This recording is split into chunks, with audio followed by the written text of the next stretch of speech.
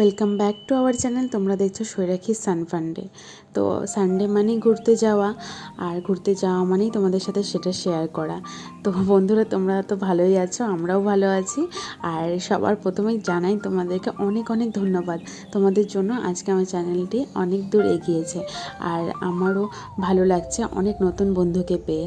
তো যাই হোক, তোমরা যারা পুরনো ভিউয়ার্স তারা অবশ্যই জানো যে আমি এখন কোথায় যাচ্ছি, আর যারা জানো না, নতুন আছো, তারা আগে আমার চ্যানেলটিকে সাবস্ক্রাইব করো এবং ফুল ভিডিওটা স্কিপ না করে দেখো, আর খুবই ভালো লাগবে তোমাদের, এটুকু আমি কথা দিচ্ছি। তো যাই হোক, বর্ষার পাহাড় আলাদাই অ্যাট্রাকশন হয়, সেটা সবাই জানি আমরা। আর চারিদিকে দেখো সবুজে ভরা, আমার তো ভীষণ ভালো লাগছিল। তোমরাও দেখো, তোমাদেরও ভালো লাগবে। এরপর আমি একটা ভিউ পয়েন্টে পৌঁছে যাই, যেটা রংটং থেকে শিবখোলা যেতে অনেকগুলো ভিউ পয়েন্ট পড়ে, মানে অগুন্তি, তুমি কোথায় দাঁড়িয়ে ছবি তুলবে। তো যাই হোক, আমি আমার পছন্দের একটা ভিউ পয়েন্টে দাঁড়িয়েছিলাম, দাঁড়িয়ে সেখানে একটু এনজয় করছিলাম। এই দেখো একটা বড় গাছ, এখানটা আমার খুবই ভালো লাগছিলো। বেশ অনেকটা সময় আমি নিজের সাথে কাটিয়েছি, এবং তার সাথে সাথে একটা খুব সুন্দর জিনিস দেখো তোমরা। এই দেখো, একটা আমি না পরিযায়ী পাখি দেখতে পেয়েছি। এই পাখিটার নাম আমি ঠিক জানা নেই। তোমরা কি কেউ জানো যে এই পাখির নাম কি? তাহলে অবশ্যই কমেন্ট করে জানিও। আর একটা মজার ঘটনা তোমাদের সাথে শেয়ার করি। মজার ঘটনাটা হলো, জানি না কেন, যবের থেকে আমার হাজব্যান্ডের সাথে আমার পরিচয়, তবের থেকে শুরু করে আজকে অবধি এতগুলো বছরে অগুন্তিবার আমরা ঘুরতে বেরিয়েছি, অগুন্তিবার আমরা রংটংয়ে এসেছি। তার মধ্যে আরও একটা স্পেশাল ব্যাপার হচ্ছে, ঠিক আজকের ডেটটাতেই আমরা রংটংয়ে প্রতি বছরই আসি।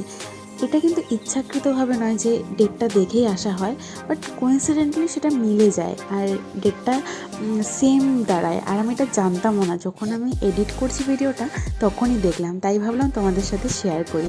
তোমাদের কি কখনো এরকম হয়? তাহলে অবশ্যই জানিও। তো যাই হোক, আমরা সেখানে এনজয় করলাম, রিলস বানিয়েছি।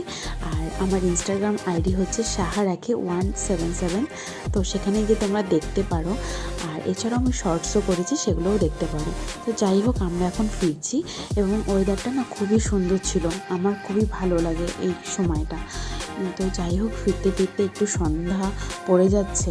তো দেখো, সন্ধ্যা হওয়ার পরে ঠিক এই ভিউটা। তো ভয় লাগে জঙ্গলের মধ্যে দিয়ে আসতে, আর ব্যাপারটা এনজয়ও করি ভীষণভাবে। এরপর একটা জায়গায় দাঁড়িয়ে আমরা মোমো খেয়ে নিলাম, আর তারপরে আমরা ফাইনালি পৌঁছে গেলাম ডিনারের জন্য। আর অবশ্যই আমার প্রিয় জায়গা আশিয়ানা ধাবা। তো দেখতে পাচ্ছ এখানে বড়মশাই মেনু সিলেক্ট করছে। তো সিলেক্ট করা কমপ্লিট, এরপর আমরা নিয়ে নিয়েছি খাবার দাবার।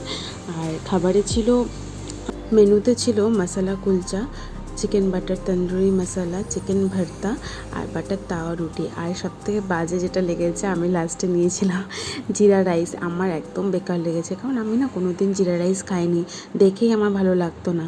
তো বাট এখানে প্লেন রাইস ছিল না, তো দ্যাটস ওয়াই আমি একটু জিরা রাইসটা ট্রাই করলাম, আমার খুব বাজে লেগেছে। তো এইভাবে করে আজকে দিনটা তো কাটালাম। আর এই দেখো, খাবার দাবারগুলো তোমাদের সাথে শেয়ার করছি। এই রেস্টুরেন্টটা না খুবই ভালো, মানে বলতে পারো আমার পছন্দের জায়গা।